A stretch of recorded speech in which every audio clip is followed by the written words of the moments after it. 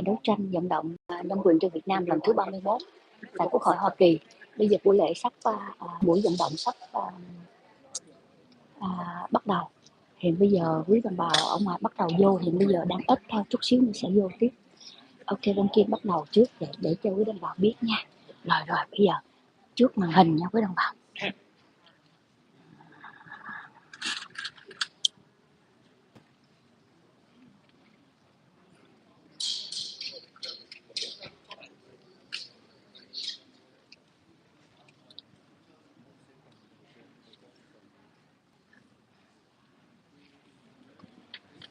Ladies and gentlemen,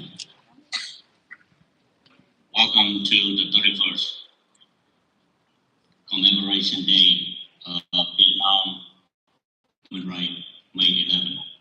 Please rise for National Anthem.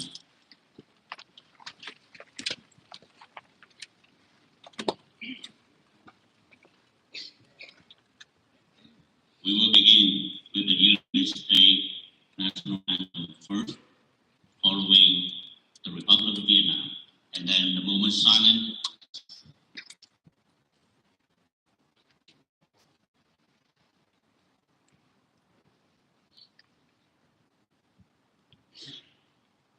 The United States National Anthem. Quốc ca Hoa Kỳ.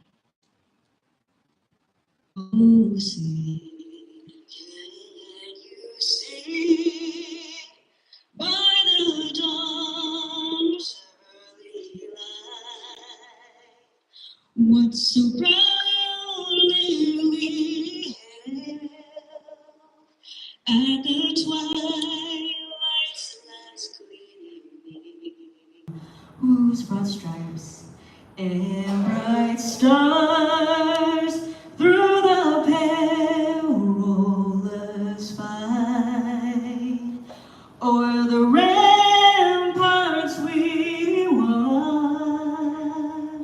were so gallantly streaming, and the rocket's red glare, the bombs bursting in air, gave proof through the night that our flag was still there. Oh, say does that star-spangled banner yet wave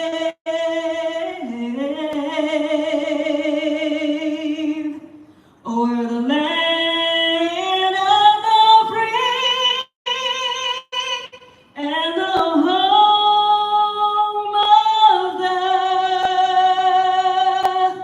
brave?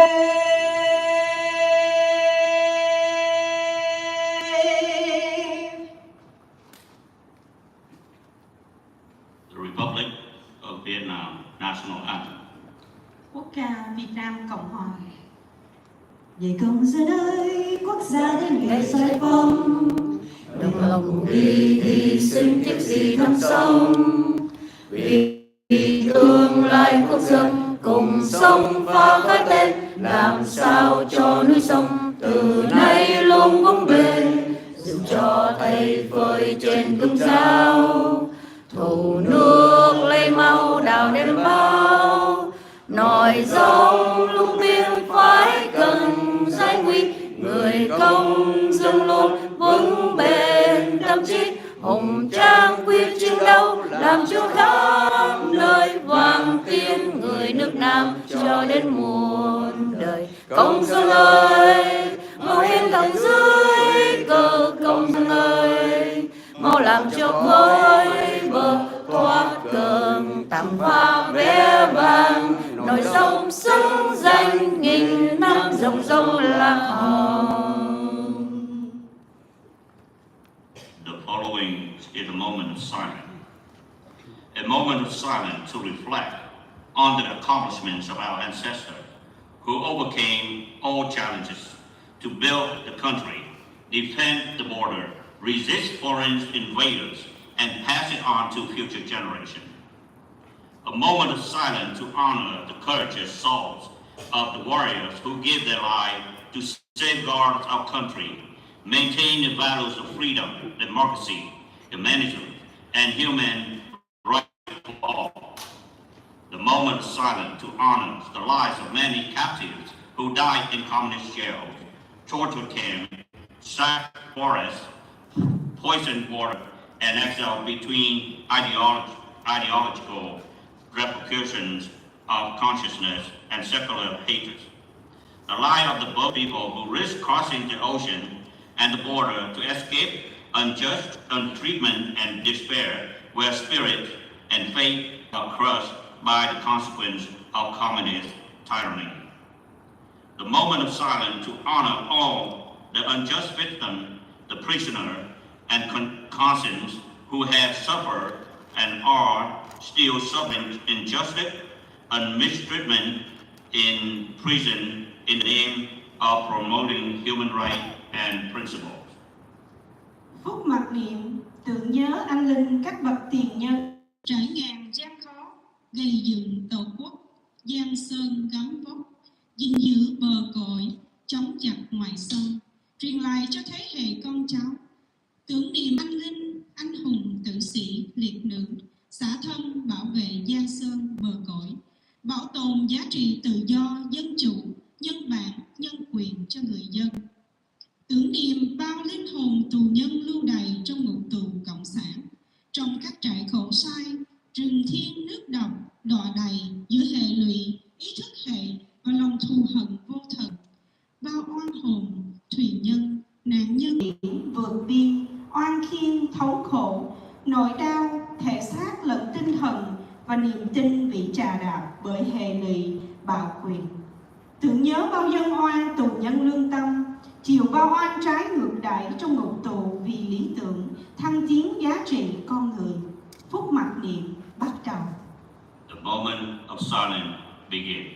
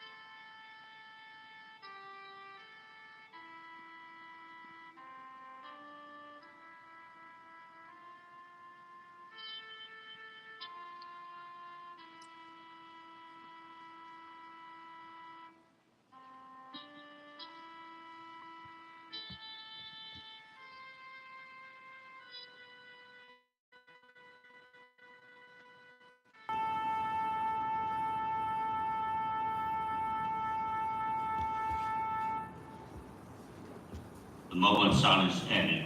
Please be seated. Phút mặc niệm chấm dứt. Xin kính mời quý vị an tọa.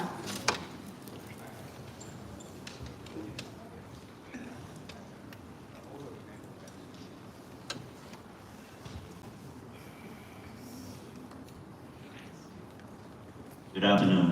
Once again, my name is Brandon. I have the privilege to be part of the host of the program today with Ms. Destiny, the president of the Vietnamese community down in Richmond, Virginia. Thank you for your presence, especially those who come across the country from different states. I knew for sure from Texas and a few others. Thank you for your time and your willingness to participate in this very special event. To begin with the program, I would like to introduce Mr. Hong Kong, the current serves as Chairman of Board Director for the Vietnam Human Rights on May 11, and the President of the Board of Executive of the Vietnamese American Community of Pennsylvania. He is also the former President of the Federations of Vietnamese American Communities of the USA, and the founder and the advisor of the Republic of Vietnam Next Generation. A distinguished community leader, Mr. Phan is widely recognized by his dedication to public service, youth leadership, development, and advocacy for the freedom and democracy and the human rights in Vietnam.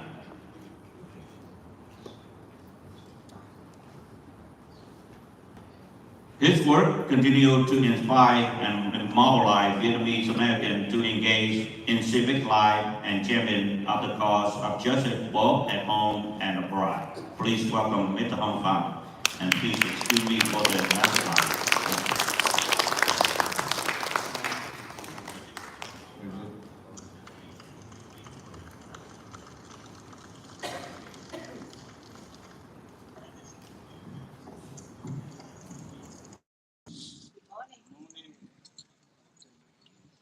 Good morning. Thank you. Members of Congress, distinguished guests, ladies and gentlemen. On behalf of the organized committee, it's a bold great honor and privilege to welcome you to this meaningful gathering as we commemorate the 31st anniversary of Vietnam Human Rights Day. Today, we are united not only to reflect on the strides in promoting human rights for the Vietnamese people, also recognize that much work remains. Fundamental liberties, freedom of religion, speech, and expression are still being denied to many in Vietnam. Our gathering reaffirms our shared commitment to uphold these essential rights and to amplify the voices of those who are silent. Before we begin our program, we'd like to express our sincere gratitude to those who made today's event possible. First and foremost, we extend our heartfelt of Virginia and Congressman Fitzpatrick of Pennsylvania, co-sponsor of this important event. We are honored by their continued leadership and look forward for their participation and remarks. We are also grateful for the presence and support of Acting Deputy Assistant Secretary Julie Turner, Ambassador Julie Turner, as well as many members of Congress who have long championed human rights and ensure its place a priority in both domestic and foreign policy agendas. We acknowledge the partnership of key organizations such as U.S. Commission on Internet Religious Freedom, Victims of Communism, Memorial Foundation, and many co-sponsoring institutions who advocacy bring global attention to injustice and strengthen accountability. We are honored to welcome delegates from China, Laos, and you present here underscore the shared aspiration for those across the globe who are engaged in the pursuit of freedom, liberty, and justice. To our guests and participants, whether you travel from across the country or join us from abroad, people from Paris and others, from France, thank you for coming. Please accept our deepest thanks for your steadfast dedication to the cause of human rights.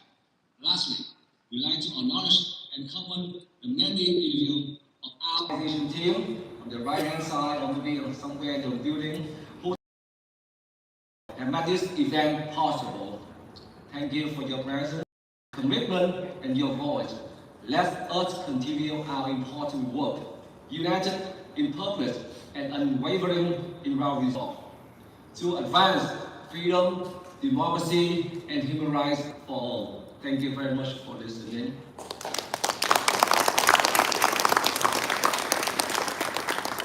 And want to make sure the program can continue. I'd like to introduce the keynote speaker today. Ambassador Julie Turner currently serves as an acting Deputy Assistant Secretary of State in the Bureau of Democracy, Human Rights and Labor, DRL, at the U.S. Department of State, overseeing the Bureau of Africa, East Asia, and Pacific International Labor Affairs, and Multilateral and Global Affairs team. Ambassador Turner previously served as the U.S. Special Envoy for for North Korean human rights issue from October 2023 to January 2025. Ambassador Turner is globally recognized as an expert and in the area of human rights and democracy, and has worked over the past 20 years to strengthen democratic institutions and promote human rights throughout the East Asia and Pacific region. She served as the Office Director in DRL's Office of East Asia and Pacific, and previously was the Director for Southwest Asia at the National Security Council. Early in her time at State Department, she served as Special Assistant to the first U.S. Special Envoy for North Korean human rights and worked as a Program Analyst in the Bureau of Information Resources Management Office of Diplomacy. As career civil service employee and former Presidential Management Fellow, Ambassador Turner has dedicated her career to advance human rights. Ambassador Turner is graduated from Pacific University and University of Maryland. Please join us to give a warm and enthusiastic welcome to Ambassador Turner. Let's show.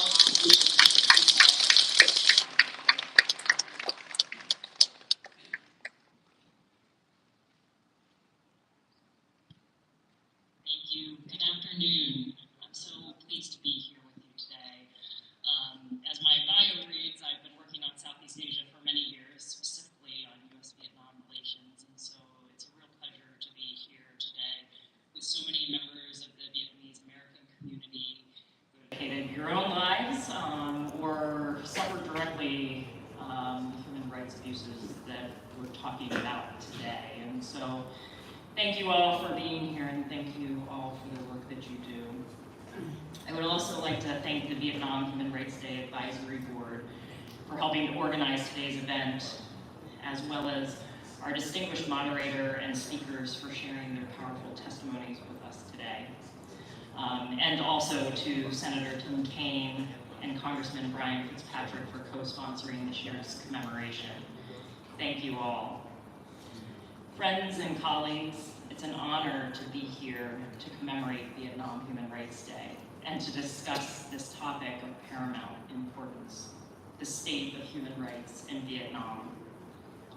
Over the past 3 decades, we have witnessed significant progress in our bilateral relationship with Vietnam. Our partnership has grown stronger, and today Vietnam is one of the United States' key partners in the Indo-Pacific region. We have a robust bilateral relationship, including on dioxin remediation and the removal of unexploded ordnance.